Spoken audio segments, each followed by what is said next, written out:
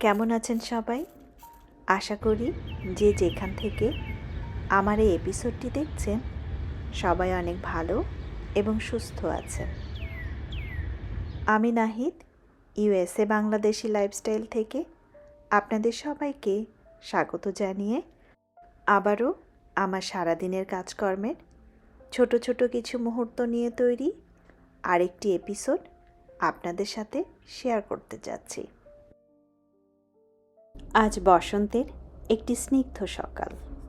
যদিও আকাশটা একটু মেঘলা, কিন্তু ঠান্ডাটা যেন হঠাৎ করেই বেশ কিছুটা কমে গেছে। ওয়েদার ফোরকাস্ট বলছে আগামী 2 দিন বেশ গরম হবে। তাই ব্যাকইয়ার্ডে এসে কিছু বরফ ধরে রাখছি, কারণ গরম পড়লেই তো গলে যাবে। এই বরফের পানিগুলোই আমি ব্যবহার করব আমার বীজ লাগানো এবং চারা তৈরির কাজে, যতদিন পর্যন্ত এই বরফের পানি রিজার্ভ থাকে। ওই যে দেখছেন, ওইখানে ফেন্সটার কিছুটা অংশ খুলে গেছে। বেশ কিছুদিন আগে যে ঝড়টা হয়ে গেল, সম্ভবত ঝড় আর বাতাসের কারণে ওই ফেন্সগুলো খুলে গেছে।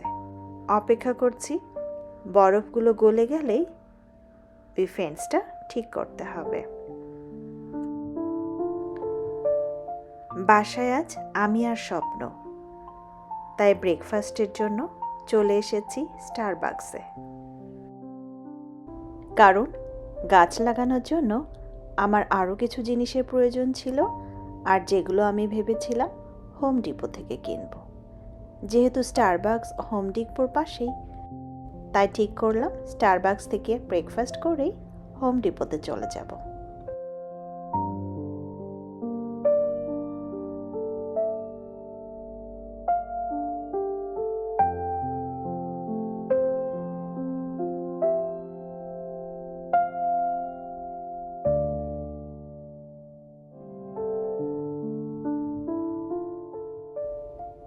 এই যে আমাদের দুজনের খাবার রেডি হয়ে গিয়েছে।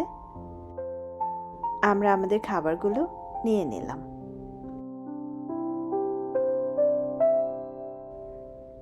ব্রেকফাস্টে আমরা নিয়েছি গরম গরম হ্যালোপিনো চিকেন চিজ পকেট।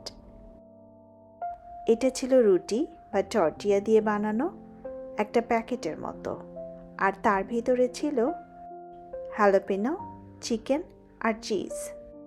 একটু টক ঝাল একটা টেস্ট ছিল। আর ড্রিঙ্কস হিসেবে আমি নিয়েছি উবে কফি। উবে মানে ফিলিপিন্সের খুব জনপ্রিয় এক ধরনের মিষ্টি আলু, যার রং হয় পার্পল কালারের।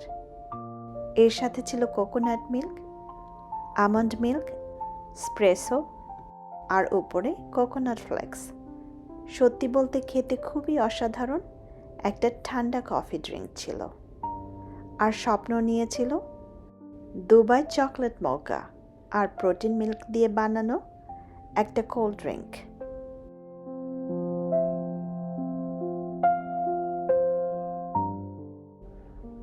এখানে দেখুন স্টারবাকস মার্ক বা খোদাই করা কিছু কফি মাগ। সবগুলোই দেখতে খুবই চমৎকার,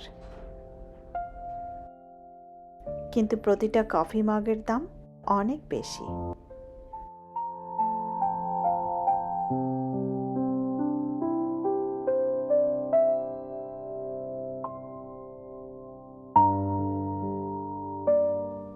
এই যে ভ্যাকিউম ইনসুলেশন টেকনোলজি দিয়ে বানানো টাম্বলারগুলো, যেগুলো কফি বা টি প্রায় 4 ঘন্টা পর্যন্ত গরম বা ঠান্ডা থাকে, কিন্তু দামটা দেখলে একটু অবাকই হতে হয়।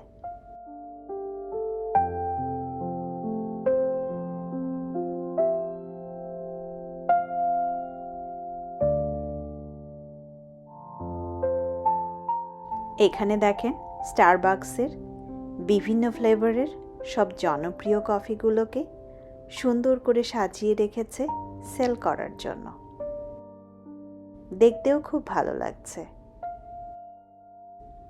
তবে আজ আর আমি কোনো কফি নেব না, কারণ বাসায় বেশ কয়েক ধরনের ফ্লেভারের কফি আর টি আছে। শুধু শুধু নিয়ে স্টোরেজ করাটা ঠিক না। চলুন এবার আমরা হাঁটতে হাঁটতে হোম ডিপোর দিকে যাই।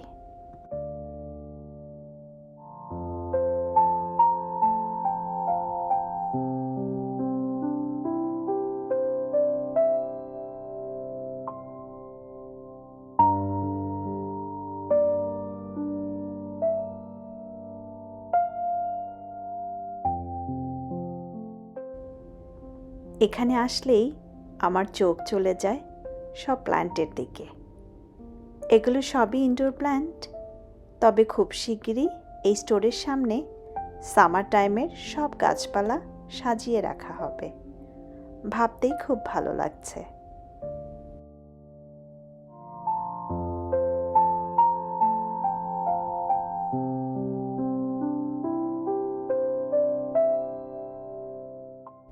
আমি আবারও কিছু সারযুক্ত মাটি আর একটা সিড স্টার্টার পট কিনে নিলাম, কারণ আজ লাউ আর কুমড়োর বীজ লাগাবো।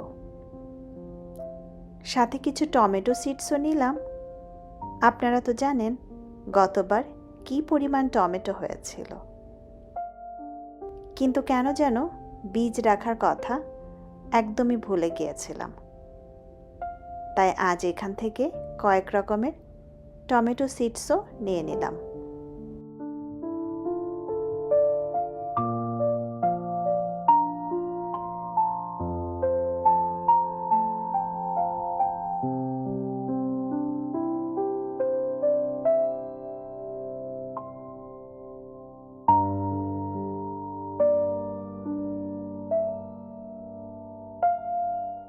চলুন এখন কাউন্টারের দিকে যাই, জিনিসগুলোর জন্য পেমেন্ট করে দেই।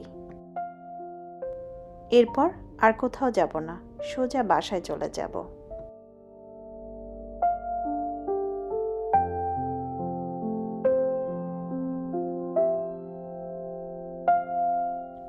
বাসায় চলে এসেছি, আর বাসায় এসেই প্রথম কাজটা করছি, লাউয়ের বীজগুলোকে মাটিতে লাগিয়ে দেব।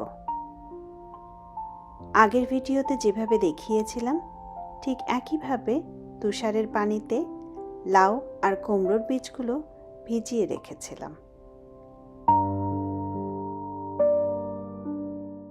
তারপর পানি থেকে তুলে টিস্যুর মধ্যে রেখে দিয়েছিলাম। আর দেখুন, মাত্র 5 দিন পরেই এভাবে সুন্দর করে অঙ্কুর বের হয়েছে। আসলে গতকালই লাগানো উচিত ছিল, কিন্তু সময় করে উঠতে পারিনি জানেন। তাই দেখুন শিকড়গুলো বেশ বড় হয়ে গেছে। কুমড়োর শিকড় তো টিস্যুর ভিতরে ঢুকেই গেছে, তাই এগুলো আজ খুব সাবধানে মাটিতে রোপণ করতে হবে।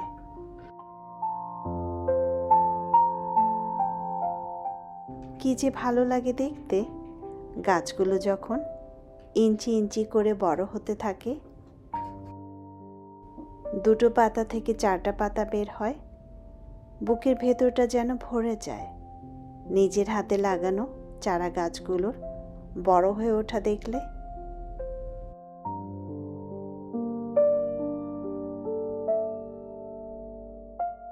আমার কাছে মনে হয় গাছ লাগানো মানে শুধু বীজ রোপণ করা নয়, এর সাথে থাকে যত্ন, ধৈর্য আর একটু ভালোবাসা।